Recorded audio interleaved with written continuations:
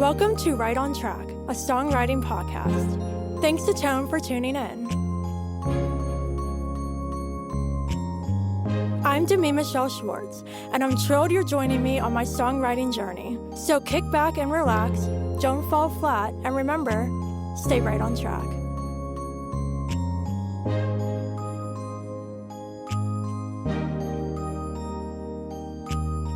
Hey everyone, welcome back to Right on Track. Joining me today is Tamara Stewart. Hey Tamara. Hey, how you doing? I'm doing fantastic. How are you doing? I'm great. Fabulous. Well, I'm delighted you're joining me today. We have loads to discuss, so let's get right into things. Can you share with everyone a little about yourself and how you got started in music? Well, born and raised in Australia, I kind of came out singing and entertaining, and it was just really obvious early on that it was in my blood that that's what that's what I love to do. I was obsessed with song lyrics at a silly, crazy young age. I would count syllables and, read the lyrics in the cassette fold out lyric sheet, and just loved the idea of writing songs. And so I wrote my first song at 10. Long story short, doing gigs by 12 on the weekends in that little country town in Australia, and just gig after gig after gig and writing songs. Eventually signed a record deal at 25, and walked that path for a while. That was my first trip to Nashville back in 2001. Fell in love with this town, which is now where I call home. And yeah, just touring and writing and in and out of the music industry and wrestling with a path I was certain of, but just created a lot of twists and turns along the way. And to still be writing songs and releasing records all these years later is nothing short of a miracle and a testament to what not giving up can do. Yeah, for sure. Absolutely. I think your story is super inspiring because you definitely been doing this a very long time, and that just proves that there are going to be obstacles along the way, but you just have to keep going and keep releasing music and creating music because from a very young age when you started to write songs and you were counting syllables, which is so fantastic.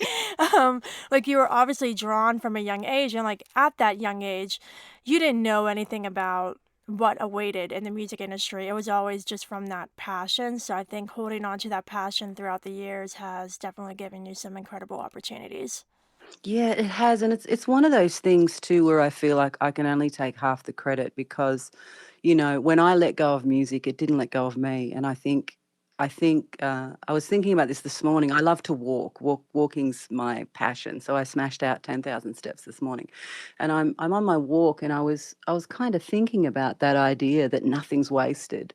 There were times in my work life career where I thought that's it for music, I'm leaving, and I'd end up somehow in an accounts receivable position in a multi-million-dollar commercial floor company for 6 months. And yet what I learned on those 6 months, I've poured so much into my business as a woman in business, a woman in music. It's like nothing's wasted. And I think that's the delusion on the times when you think you're off track from a dream, that it's all relative if and when it circles back around. I completely resonate with that as well. I think that any creative industry or art form, you're always going to have to try new things and learn and grow. And even in the moments that seem like they're failures or setbacks, you're still working at your craft and you're still learning. And that's something that I'm experiencing firsthand now, really for the first time in the publishing world. I'm trying to find an agent to represent the books I wrote.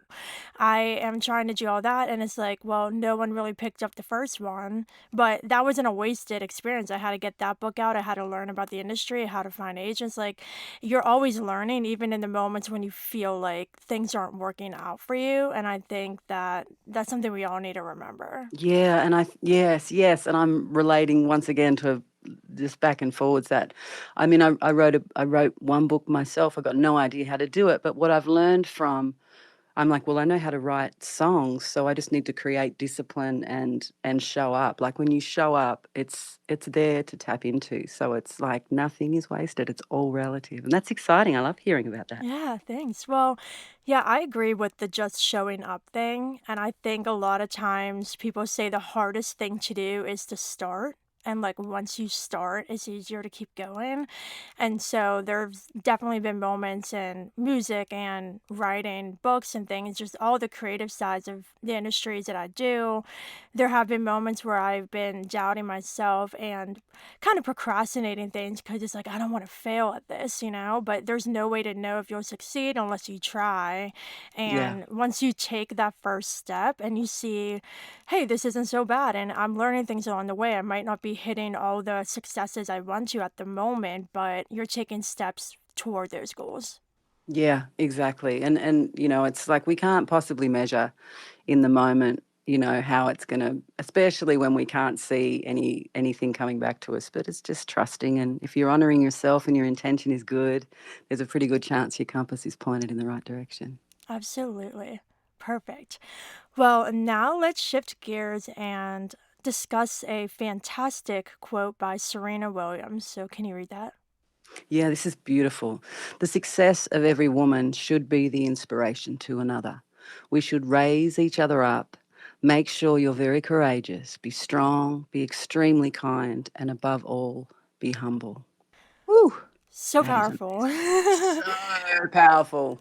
What does this mean to you? Look, it's the rising tide lifts many boats, and I think there's a culture around women in business that has. I think it's always been there, the support each other and an understanding that we possibly have different things to overcome than men do, and I'm not going to get into the he said she said of that dynamic because I think it's different for everybody, but that idea of like there's enough room for everyone, and one person having their cup, a certain amount of full doesn't mean it emptied from anybody else, and I think we can just love and inspire each other, and I think that I'm seeing that more and more. I mean, I've been in the music industry for, well, since I was 10, if I can count that, so what's that, like 37 years, but from the small town music industry to record deals and international whatever, it's the same principle. And I just think the energy that you bring to it is essentially, the old, you can light many candles with the one flame rather than try to blow everybody else's out. Yeah, absolutely.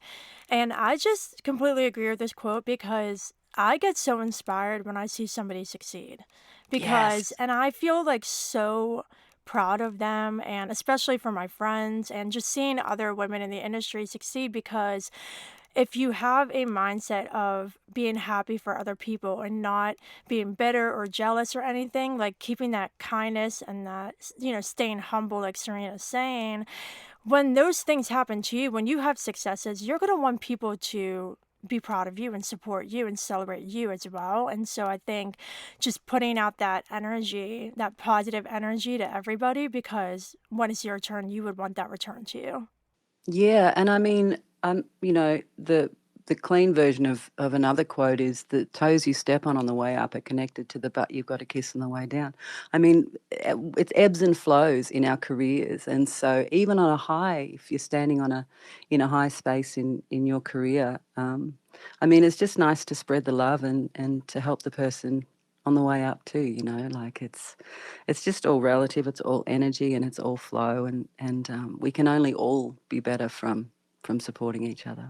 Absolutely. And I love your point about supporting people on the way up and not being afraid to talk about your experiences and not holding back your experiences and what you've learned because you would want to help everybody else. I mean, I've definitely had so many people in the industry who have given me advice and given me a hand up, and I think that's one of the main reasons I do this podcast because there's so many vulnerable conversations on here about things that work, things that don't work, and just all around inspiration that I hope will inspire other people and just passing along that information to others. And so people don't reinvent the wheel if something doesn't work, and just spreading love and support and giving others a platform as well.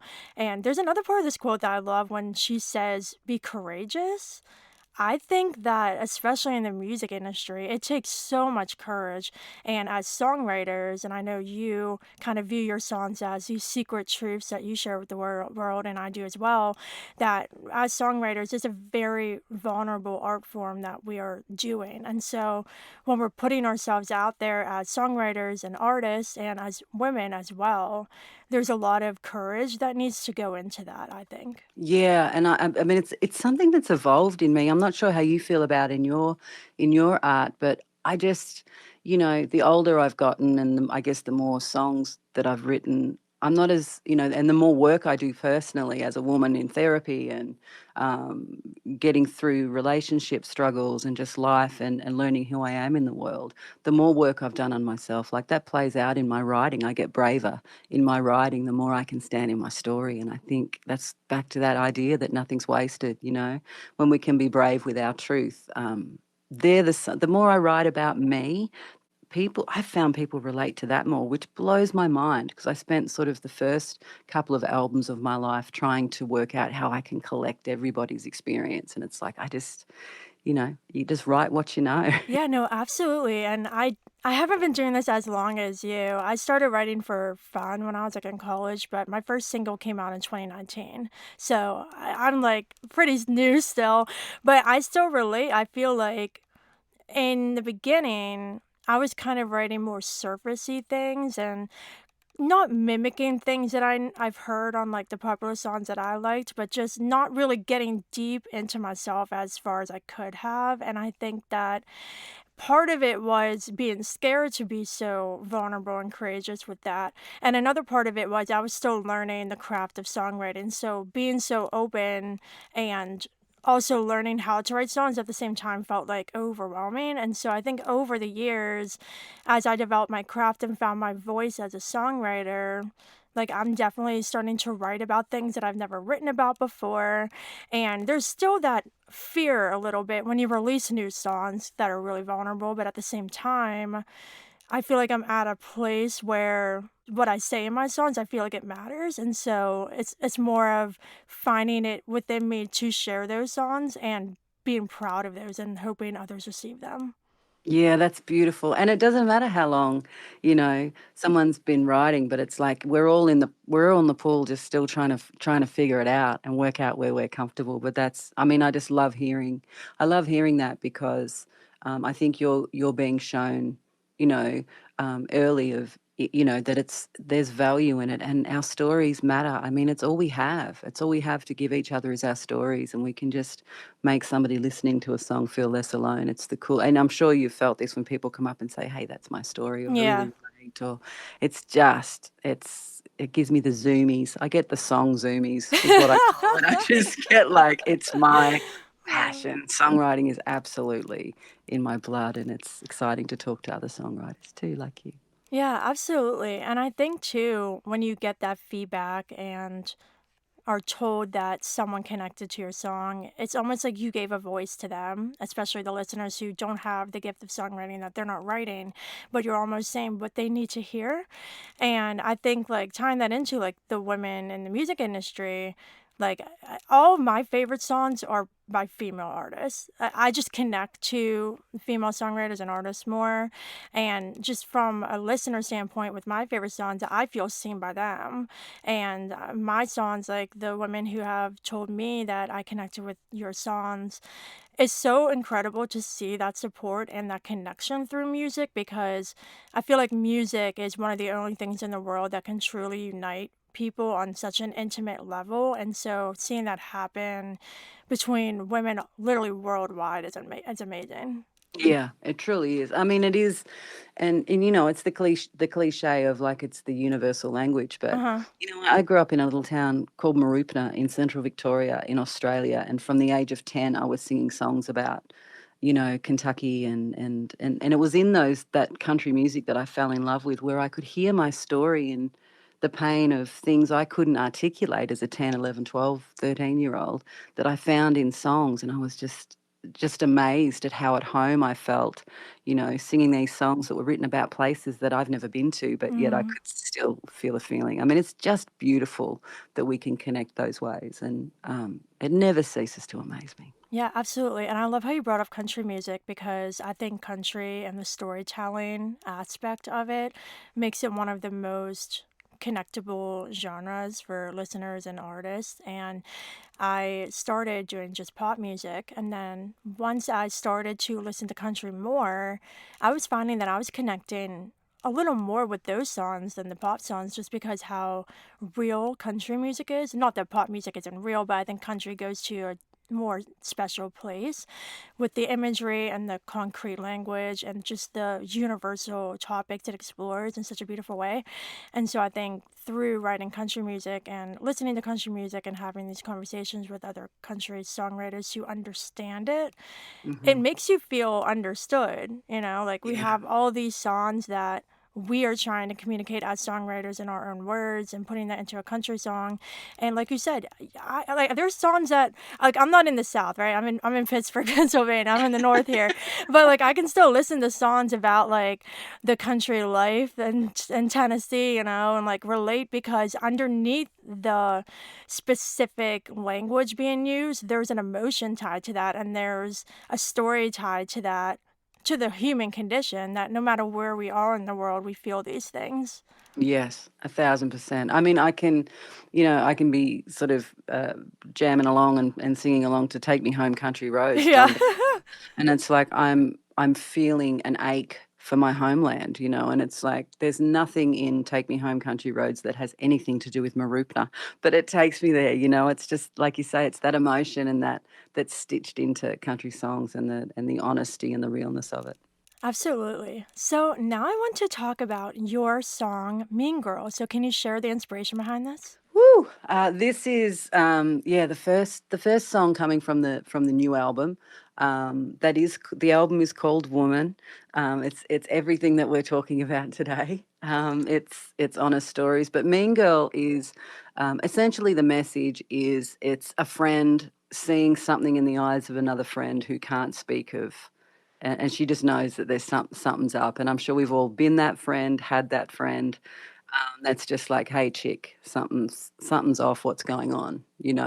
And so it's a lot of what isn't said in the song. And I've heard people sort of have their own version of it, but for me, it was about sort of facing a part of my own story that that thank heavens a chapter that's closed, but where I was in a situation that I just did not know how to get out of, and so in this case, it's, the way I've written this song is, what I needed a friend to say to me that I didn't hear, and so yeah, so Mean Girl is, it implies that it's about a girl that's mean, but the irony of it is, it talks about gaslighting, it talks about, um, the things that are going on that that are harmful and hurtful, and her navigating her way out of that. That's super powerful, I think. And you said that it was what isn't said. Like you didn't really get all the details down in here, and you left a little bit up to interpretation. And I think that's fantastic because it's not extremely clear or specific. I feel like it leaves the door open for others to see themselves in this song. Yeah, and this song has been, it was the last song I wrote for this album. And there were a few holdups, like a pandemic, that sort of stopped this album in its tracks. And then when this song was written, I realized in my spirit that was what was missing from the record, and so that's why it became the first song. And since it's been released, and the couple of places I have played it, it just blows my mind, the people that are coming up and that are, whether they're triggered by the song or whether they feel comfort from the song. But it's, yeah, I'm proud to have written it. It is part of my story, and yeah, and just to remind folks that healing is possible, just to keep moving through. But this is the thing with bravery and being courageous. This was probably one of the bravest songs I've written. Well, fantastic. Congratulations on the release. Thank you. You're welcome. So, you mentioned healing, which is a perfect transition. Look at this. So, you have your podcast series called Healing My Story. So, can you talk a little bit about your podcasting journey? Yeah, look, with the last album, my last record was released, I think it was like 2018, 2019. It's all a blur the last few years. I can't believe there's been so many years gone. The album's called The Truth, the Music and Me. And with that, I released a podcast. I'd never done a podcast before. Singing my truth, no problems, but to be speaking is a different thing. So that was my introduction to doing a podcast. There was a 12 episode series.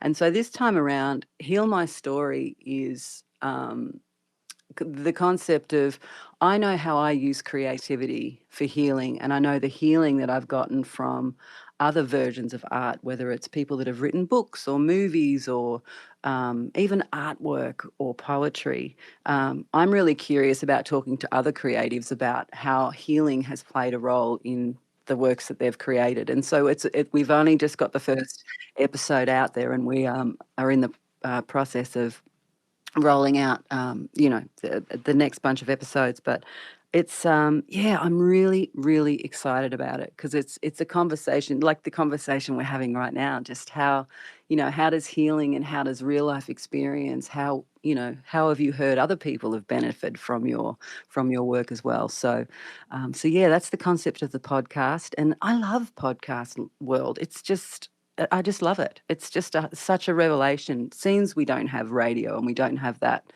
sort of conversation stuff as much as we did, in the olden days.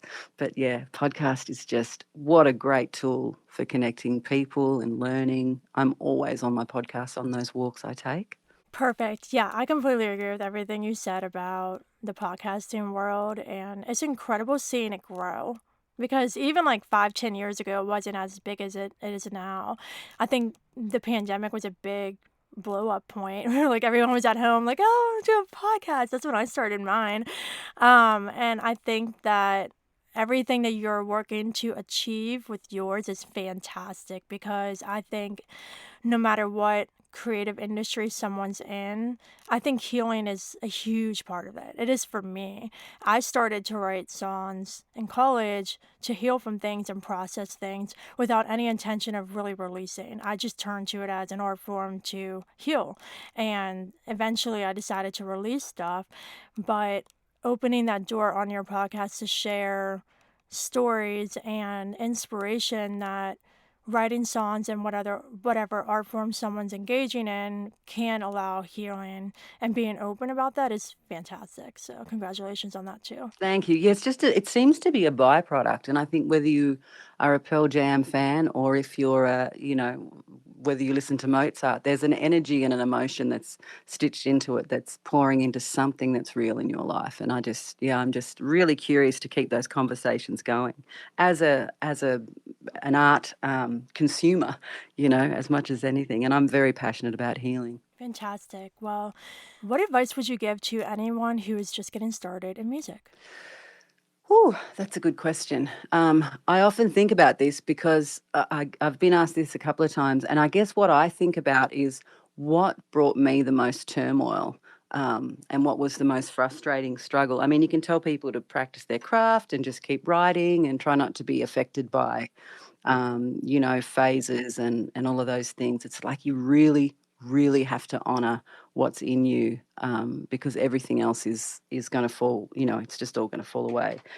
So you need to be true to yourself. But I think just being reminded for those dark times when you feel like you're nowhere near your dream, like nothing is wasted. That to me is the one thing that I think I personally struggled with in starting off, that it was just like never going to happen and I was so far away from where I wanted to be.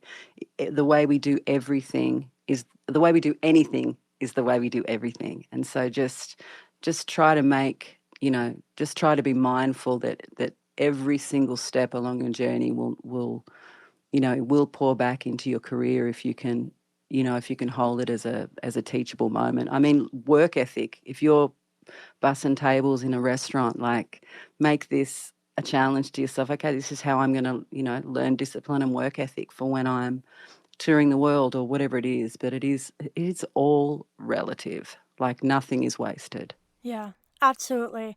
Yeah, I have a story that kind of goes along with this. So, when I first started writing music, I wrote like a whole album worth of songs and I recorded like 11, 12, 13. Like, I had a lot.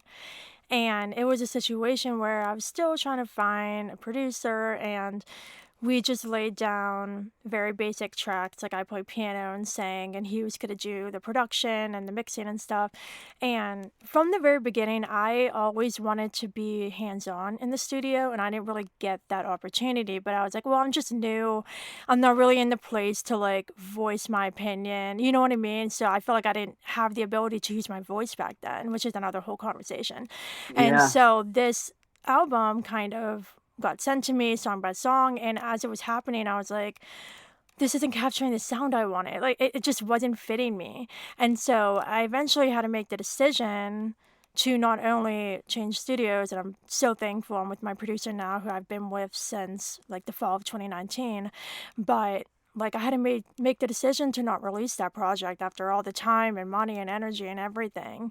And at the time I was like, God, I just wasted this. But at the same time, I had to get through that experience, and I wrote songs that weren't the best songs, but now I'm writing much better songs because I got those out and learned more about the craft of songwriting. And also through my experience with not being as vocal in the studio and seeing my songs turn out how I didn't want them, like now I'm like super involved with the production, and every single song that I've worked on with my producer has turned out exactly how I wanted.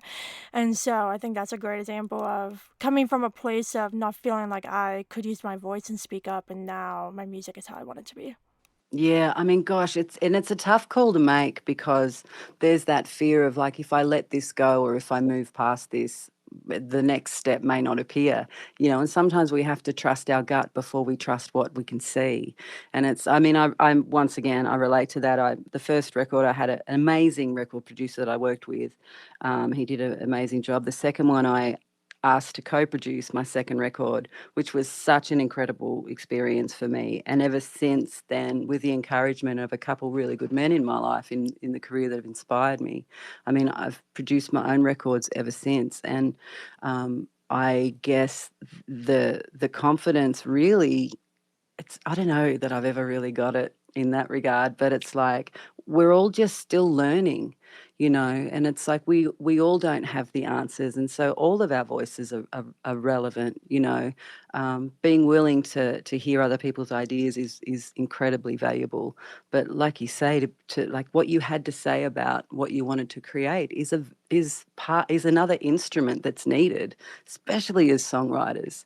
Like they came from our cells of our body, these songs, these things we can't see or touch. And so naturally, how you feel about it or how it should feel to you is an incredibly important piece. So I mean, good on you for following that. That's hard. That's a hard thing to do. Yeah. I'm relating to that because it's like if I say no to this, then how will the next step what if I will never get that many songs? Like there's so many voices. I mean, I'm assuming that stuff sort of played a part in it. But yeah, I've done that where my first record deal offer was in a situation that was not conducive with my morals, and so I had to say no. I don't want to work with you because of the grounds of this. And I didn't know if another record deal was going to show up, but thankfully another offer came in. But walking away from that was really, really hard, especially when it was for what I think was inappropriate behaviour. But the record deal came. Just honour yourself. Like this is what a beautiful message we're talking about today. I'm loving this. My spirit needed this today too. Perfect. Yeah, no, I think you bring up a really great point with you walking away from something that didn't necessarily support what you believed. And that's huge because so much of what we do, basically everything we do as songwriters and artists, being out in the public, everything is tied to our brand.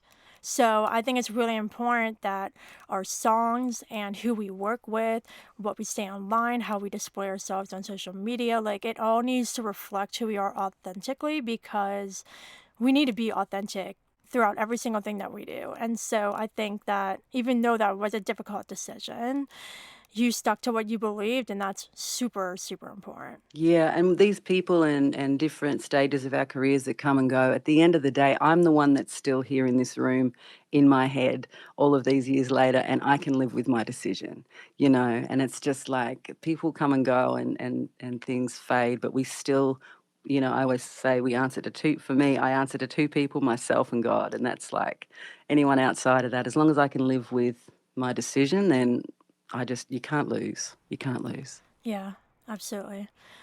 Well, one final question for you to kind of tie back to our initial chat from the quote. What are some final thoughts you would like to share about women supporting women in the music industry? Look, I think I'm surrounded by some good women, but it wasn't always the case.